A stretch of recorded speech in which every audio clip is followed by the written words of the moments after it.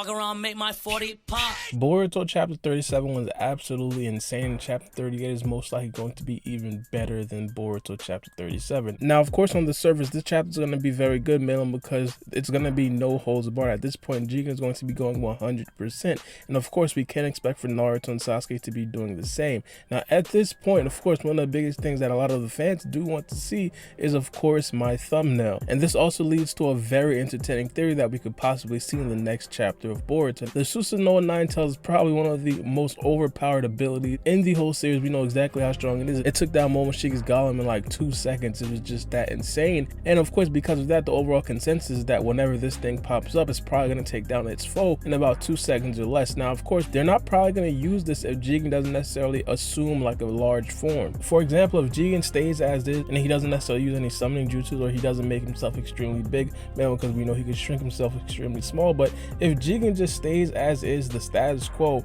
I strongly doubt they're probably going to assume that form, mainly because that wouldn't be the most efficient way of destroying a character like Jigen. Now, of course, I'm not saying that we won't see the 9 Tails or we won't see the Susanoo. Of course, there might be small instances where they are actually necessary. For example, Naruto could definitely punch a lot harder if he does use a bit of the 9 Tails and his defenses are heightened, just like in this situation right here when he was fighting against Sasuke. But also in terms of Sasuke, of course, you know he's going to have to use some of the Susanoo mainly because that's his main defense. That's probably the best defense in all of the Naruto verse as of right now, or all of the Naruto verse that we know of as of right now. But those things are probably going to be there. But here's the thing, here's why I believe that they probably are going to use this 9 Tails Susanoo verse. I feel like there's a very good possibility that Jigen does actually summon the 10 Tails. Now, of course, we know the overall power of the 10 Tails mainly because we've seen the 4th Great Shinobi World War and its climax in Naruto Shippuden, and of course that thing was absolutely insane. If Jigen does find himself in a sticky situation, he could definitely summon the 10 Tails and probably try to go off with that. And not only that, if Jigen possibly runs out of chakra,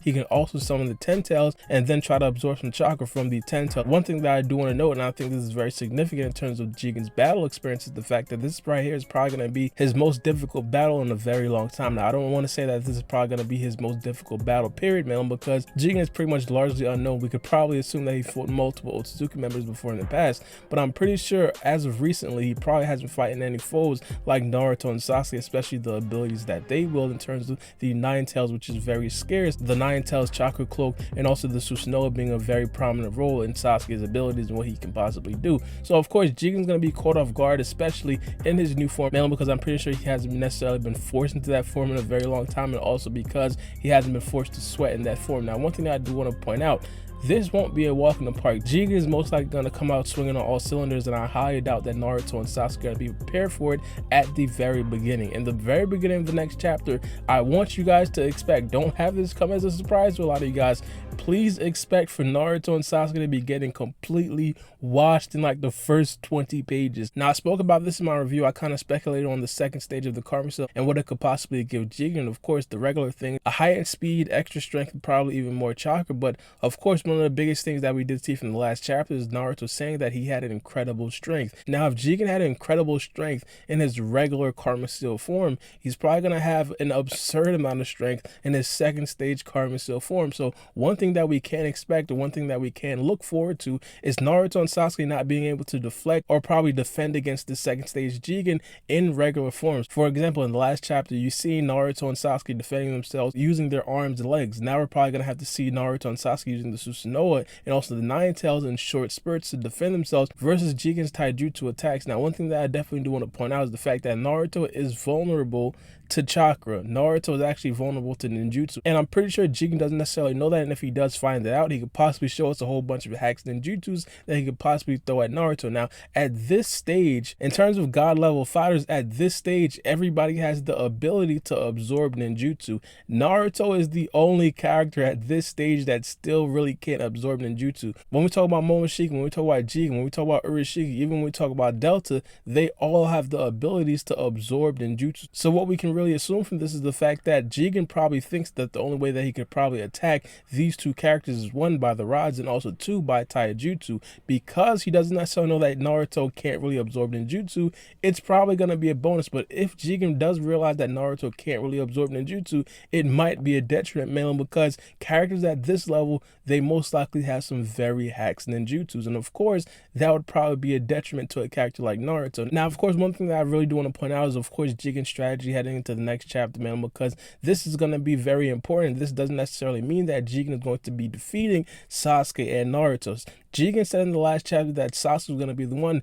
that he had to defeat first. I'll talk about why Jigen probably said that in a few minutes, but it's key to understand that Jigen's goal isn't necessarily to kill Sasuke and Naruto. Jigen's goal is to take Kawaki. This is, of course, very cocky of Jigen, but if Jigen does probably immobilize Sasuke or possibly even kill Sasuke, he's probably not going to worry about Naruto, man, because Naruto cannot leave that dimension. He's probably not going to go after Naruto at that point. He's probably going to leave the dimension and then probably just take Kawaki. Now, at that point, Jigen would probably win the battle. I mean, it's pretty much all Jigen wants to do. We've seen that from the last couple of chapters. I mean, he walked into Naruto's house and he was extremely polite. He was like, yo, I'm sorry I didn't take off my shoes before entering your living room. And he really didn't want any smoke with Naruto, even down to the last chapter where Jigen actually said, yo, if Kawaki wants to surrender, it's good. I won't attack you, I won't touch you, I won't do anything. But of course Naruto wasn't going for that, so we understand where Jigen's priorities lie. He wants to get through with his mission and he wants to get his vessel back, which is quote unquote Kawaki. So he might do something extremely devious in the next chapter. One of the most devious things I could probably see Jigen doing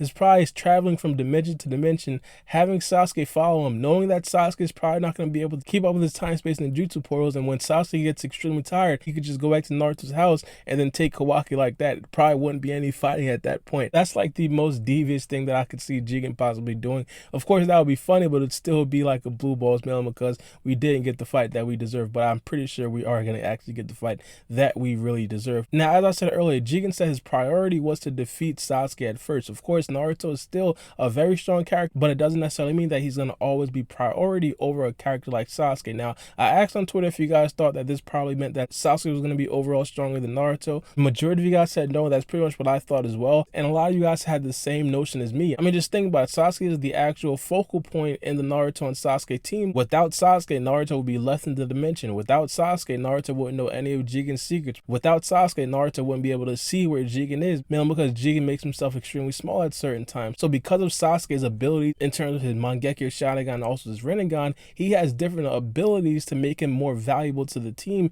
than Naruto. Now, a 1v1 battle with Naruto and Sasuke, that would be a totally different story, man, because I feel like they're probably equal. And the thing about Naruto is that he doesn't necessarily have any tricks up his sleeve. He's just pretty much brute force. He uses one or two jutsus. His taijutsu and his defense is pretty much up there, so it's pretty much not anything that Sasuke can really do. But in terms of analyzing and finding out the other characters' weaknesses and also secrets, that's where Sasuke really steps in. Not only that, he's very valuable in terms of he can absorb ninjutsu, and also he can use time, space, ninjutsu to get Naruto out of that dimension that he's in or that he's stuck in as of right now. So I feel like Sasuke's going to be the focal point of this team. So versus a character like Jigen, this is going to be Sasuke's bread and butter. Jigen has multiple things up his sleeves. He has multiple things that Naruto himself can't really dissect, and that's of course where Sasuke comes in. He already dissected a lot in one chapter of battle. Now, of course, versus a character like Urashiki in the anime, I personally feel like that's Naruto's forte, mainly because Naruto can withstand Urashiki yanking bundles of chakra at one time, mainly because Naruto just has that abundance of chakra. And not only that, it's not much to dissect with a character like Urashiki, which would make it just that much easier versus a character like Urashiki with Naruto. And we see it in the manga as well when Naruto fought a character like Delta. Delta had no hidden tricks. Delta didn't necessarily have a lot of things that he really had to dissect. Of course, Delta did bring some things to the table, mainly because she is an elite ninja, but still it wasn't necessarily at the limit as like a Jigen as of right now. Now, the next chapter, I'm pretty sure a lot of you guys don't necessarily want to see this, but this is definitely going to happen. Boruto, Sada, and probably Mitsuki are probably going to link up with Kawaki and then formulate some sort of plan that's probably not going to work. Even though I still want to hear about the interesting dialogue between Boruto and Kawaki, man, because while Boruto has been on the way back to Kawaki, his karma still actually popped up as well, so I'm pretty sure they're probably going to talk about that. And not only that, Mitsuki and Sada's input are probably going to be a little bit insightful as well, mainly because they understand some things that Boruto and Kawaki don't really understand. Mitsuki and Kawaki dialogue is much needed, but let me know what you guys think about this in the comment section below. Of course, one of the things that I'm very much excited for is Jigen's second stage of the karma seal. Not only that, Sasuke and Naruto potentially using that 9-tail Susanoo hybrid, and of course there's always that possibility of Jigen summoning the 10 tails as well. Let me know what you guys think about this in the comment section below. It's me, your boy Barbie, and we out. It's a knife. Check my clock, I can't stop. Fuck around, make my 40 pop. No popcorn, I pop pistols. Reaming my body, clothing no issue. Bitch, you look sick, you need a tissue. You drop a body, I just might bless you. I'm metrosexual, no high cholesterol. Where's Jenny Craig? Bitch, let's get sexual.